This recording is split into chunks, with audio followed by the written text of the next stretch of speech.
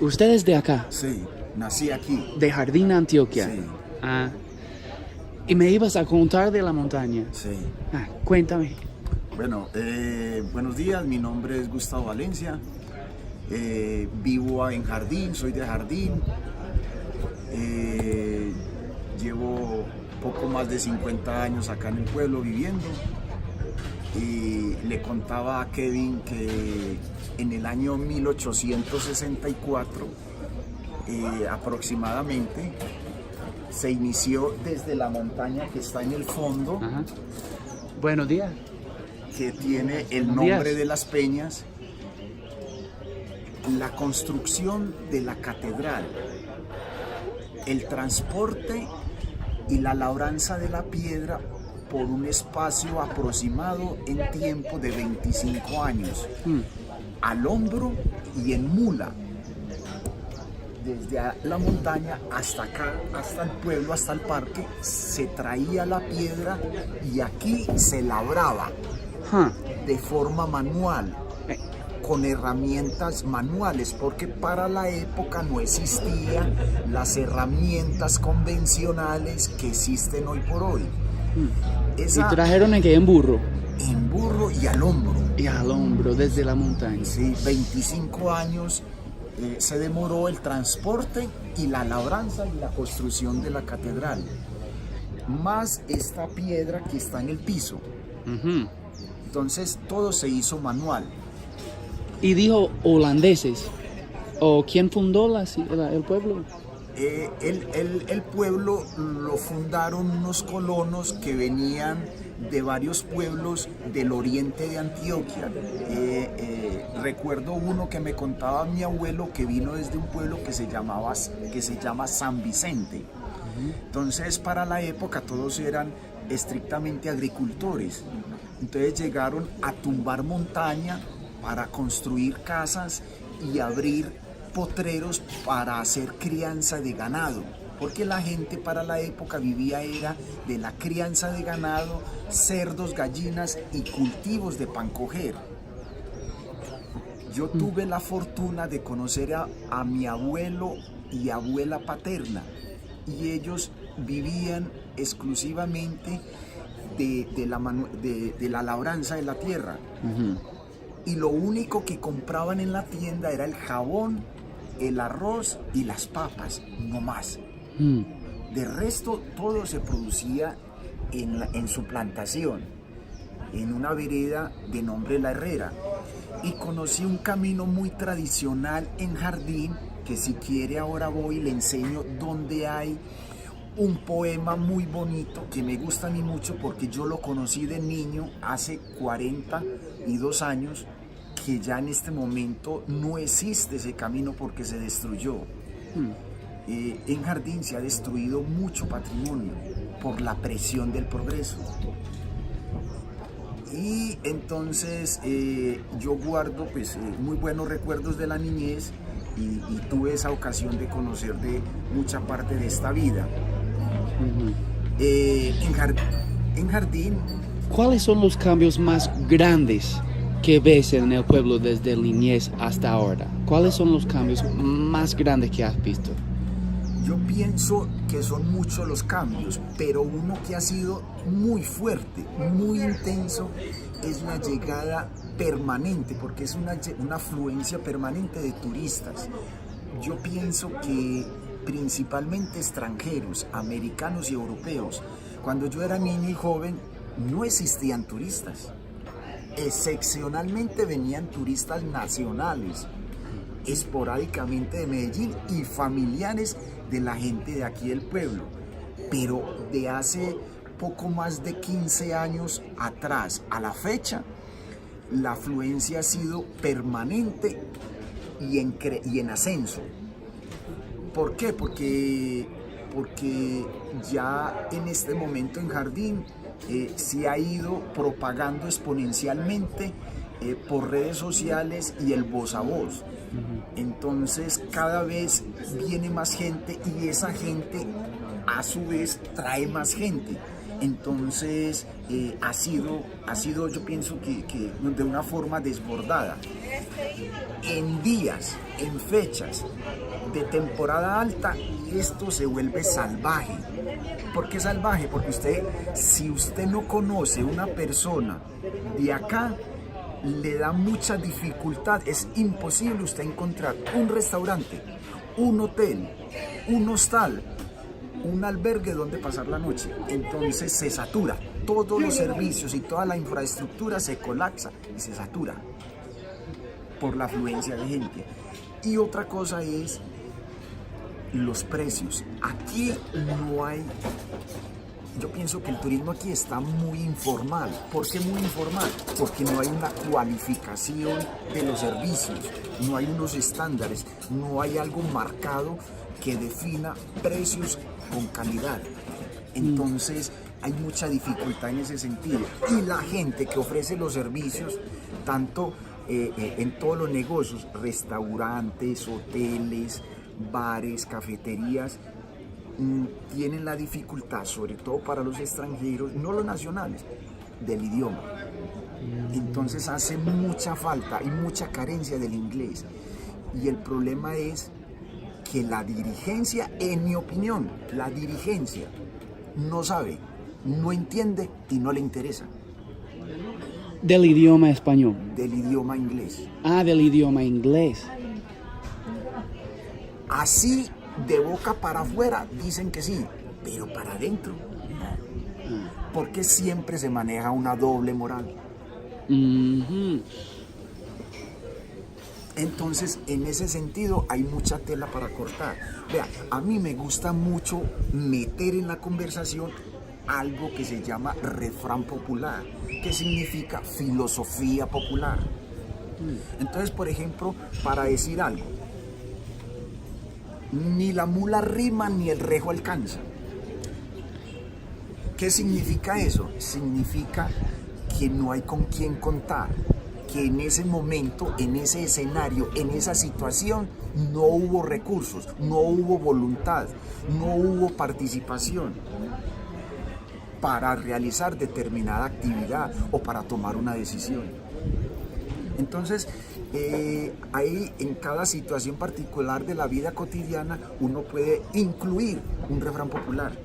Mire, por ejemplo, este. El frío conoce al desnudo, el mosco al arremangado. Esto es arremangado. Ajá. La caranga al hilachento y el cucarrón al cagado. ¿Cuál fue el penúltimo? El frío conoce el desnudo, Ajá. el mosco al arremangado, la caranga al hilachento. La caranga Eso. es un insecto que come carne, que es un ácaro. Es un ácaro que come carne, pero que aquí le decimos caranga, que es un insecto despectivo. Ajá. Y aquí como hay mucha diversidad de vegetales, de árboles, también hay de animales. Que hacen parte de la vida cotidiana. Entonces, por eso son composiciones literarias que uno establece para hacer referencia a un escenario particular. Entonces, ese es como el detalle. Eso significa que uno de acá eventualmente puede conocer más del fondo del tema que se maneja sobre la mesa y lo que se maneja debajo de la mesa. Porque siempre hay otro trasfondo de una situación. Y nadie tiene la verdad absoluta. Siempre hay otro. Por encima se dice una cosa, pero es que por debajo se está moviendo otra. Claro, bajo del agua. Correcto. Entonces, ese tipo de refranes hace alusión a ese tipo de contextos. Claro. Y hay dichos diferentes en Y hay todas muchos, las regiones. En sí, todas las regiones. Claro. Una pregunta. En su experiencia, los extranjeros, que son tantos en el momento, ¿de dónde vienen? ¿Son principalmente estadounidenses, canadienses, de Europa? ¿De dónde vienen? Yo pienso que uno de los renglones fuertes son americanos. Le siguen los europeos. Yo pienso que principalmente alemanes, daneses, franceses, más poquitos australianos y canadienses, y en menor cantidad vienen chinos, japoneses, solamente he visto un árabe, también han venido indios, han venido poquitos indios. Lo que yo no entiendo de todos los árabes, porque no sé, porque nunca he ido a América, a Estados Unidos, es raro, solamente una o dos veces he visto un americano de color negro, que entre otras cosas, no sé, me dijo una persona que no se les debe decir negro, porque es ofensivo, que solamente se les debe decir afroamericano, porque decirles negros es ofensivo. Aquí no, aquí en Jardín uno dice negro y no es problema, pero allá es algo muy ofensivo y no vienen americanos negros, solamente blancos. Entonces, pues no me doy cuenta la razón. ¿Y qué hacen cuando vienen acá? ¿Visitan mucho los áreas de, por ejemplo, viajar y ver ahí en el bosque, en el monte? ¿O qué hacen cuando vienen acá? ¿Qué actividades hay? Por ejemplo, tours. Yo pienso que en ese sentido hay que yo, de mi parte, diría lo siguiente: la gran mayoría ya viene con un tiempo dado, porque ya tiene una programación de viaje. Entonces ya, no sé si es que ya tienen reservas en otras ciudades, entonces algunos vienen con un tiempo muy limitado. Entonces, a lo mucho 2 o 3 días. Y rápidamente de pronto hacen una caminadita. La mayoría de forma unipersonal, ellos solitos se van a caminar, porque no gustan de pagar un guía, ni gustan de contratar una oficina que les dé una orientación. Entonces algunos se van al destino más ofertado en Jardín, que es la Cueva del Esplendor, que es una caída de agua, es una cascada. Pero cuando yo hablo con ellos, yo les digo que no vayan a la Cueva del Esplendor. ¿Por qué les digo yo eso? Porque es que visitar la Cueva del Esplendor es muy interesante, es muy bonita, pero solamente en invierno. ¿Por qué en invierno? Porque el caudal se aumenta 7, 8, 10 veces. Si usted va en un día como hoy, eso está seco. ¿Por qué está seco la cascada? Por la temporada seca que está pasando Jardín en este momento, número 1. Número 2, porque arriba de la cascada hay una bocatoma de un acueducto multiveredal que toma el agua y la reparte para muchas casas de las veredas que hay de la montaña abajo. Entonces, esta cascada finalmente, en mi opinión, no es representativa en verano, en temporada seca. En invierno, eso es cosa del otro mundo, es algo sensacional. Cuando yo llevaba gente, porque ahora no lo hago, porque eso ya es tema de mucha tela para cortar, en este momento eso lo privatizaron, eso lo manipularon, es mi opinión. ¿Por qué lo manipularon? Porque todo el mundo se mueve es donde hay dinero. Entonces, unas personas de aquí de Jardín vieron una oportunidad de negocio y se autoproclamaron los dueños y propietarios de eso, aduciendo que como este terreno es mío y este otro es mío, entonces tengo derecho al río, y como tengo derecho al río, solamente va quien yo diga. Pero es que resulta que en Colombia nadie es dueño de un río, de una fuente de agua, de una laguna o del mar. Pero el que no conoce ganado, la boñiga lo embiste. Entonces, eso es un refrán popular. Entonces, aquí pasan muchas cosas particulares en el pueblo. Muchas personas tienen opiniones diferentes de cada asunto. Esta es mi opinión, no es una verdad absoluta. Entonces, a la gente se lleva allá. Entonces, en internet hay mucha publicidad de la Cueva del Esplendor. Yo digo que lo mejor de Jardín no es la Cueva del Esplendor, no es la cascada Salto Ángel. Santo Ángel. Salto Ángel. Ah, Salto Ángel. Salto Ángel. No es la cascada Santuario de los Guácharos. No es la cascada Escalera, ni la cascada del Amor. Lo más fastuoso que tiene Jardín no está en Jardín, queda en Betania, Antioquia, que es un pueblo que no va un turista internacional. No va, yo creo que es una cosa rara que vaya un turista nacional. Es un pueblo estrictamente cafetero, tristemente. ¿Por qué tristemente? Porque hoy no es negocio en absoluto tener una plantación de café. Porque tener una plantación de café es tener pobreza. Aquí hay cualquier cantidad de gente vendiendo las plantaciones de café.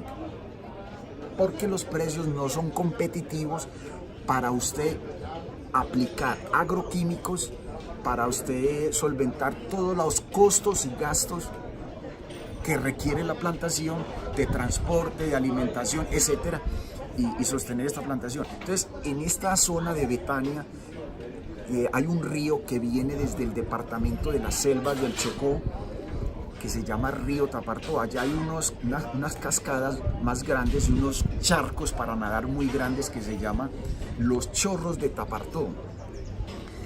Tiene unas montañas de casi, yo pienso que cerca de 5.000 metros de altura. En un día soleado se ven fastuosas, se ven imponentes. Entonces uno perfectamente puede ir allá a escalar, a ver esas cascadas, a nadar en el río,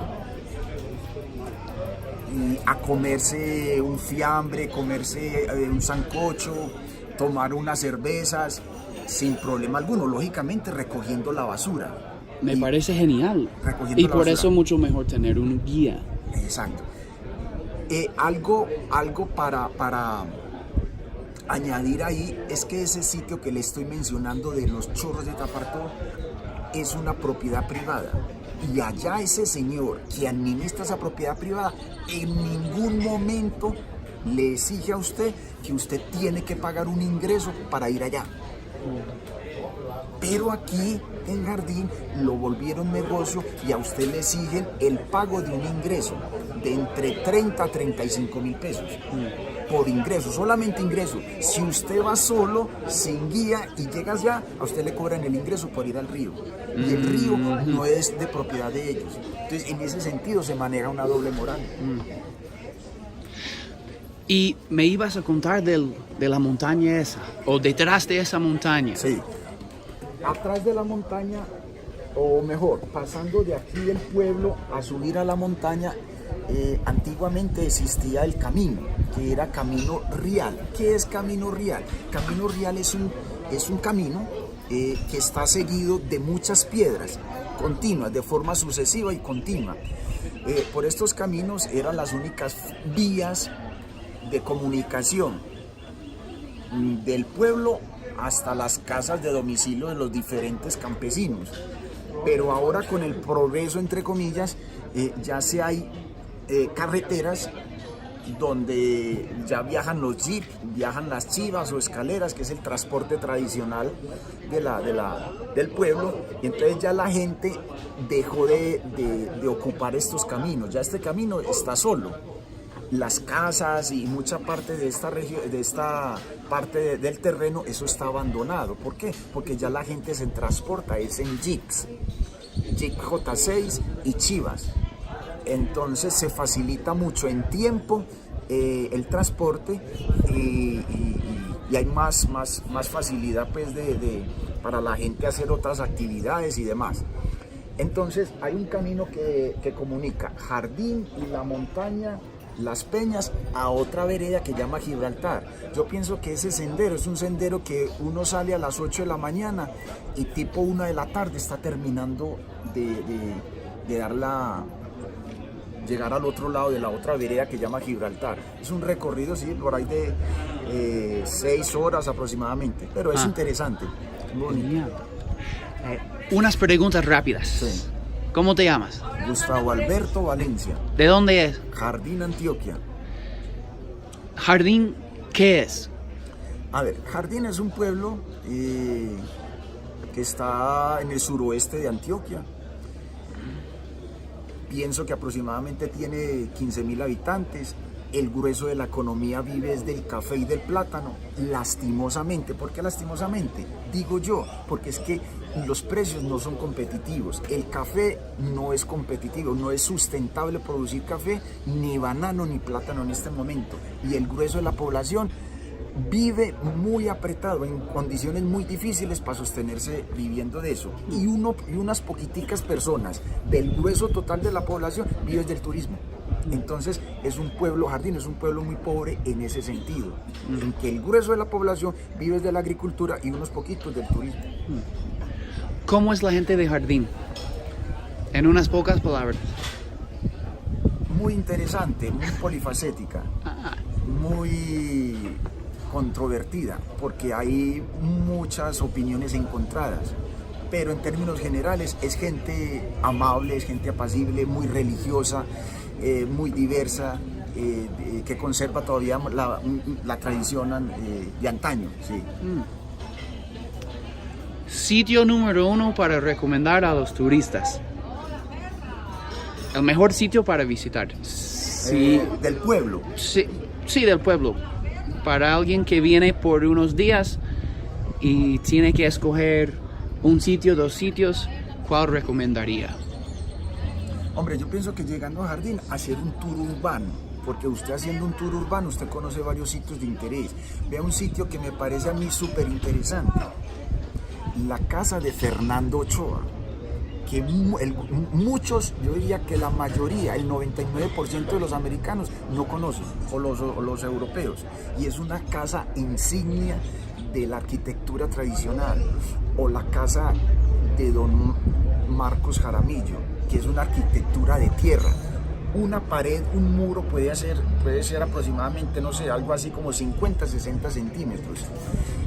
Conocerlo, la iglesia, conocer un puente tradicional que me gusta mucho, que es donde una finca de un señor Gonzalo Orozco, conocer la hacienda Balandú, las trucheras, hay varias trucheras como para cada gusto, conocer el cerro Cristo Rey o el cerro La Garrucha, Filo de Oro, conocer el parque para mirar pues la extensión del parque y el estilo de vida de la gente aquí en el parque, caminar por sus calles para mirar su arquitectura colorida y diversa.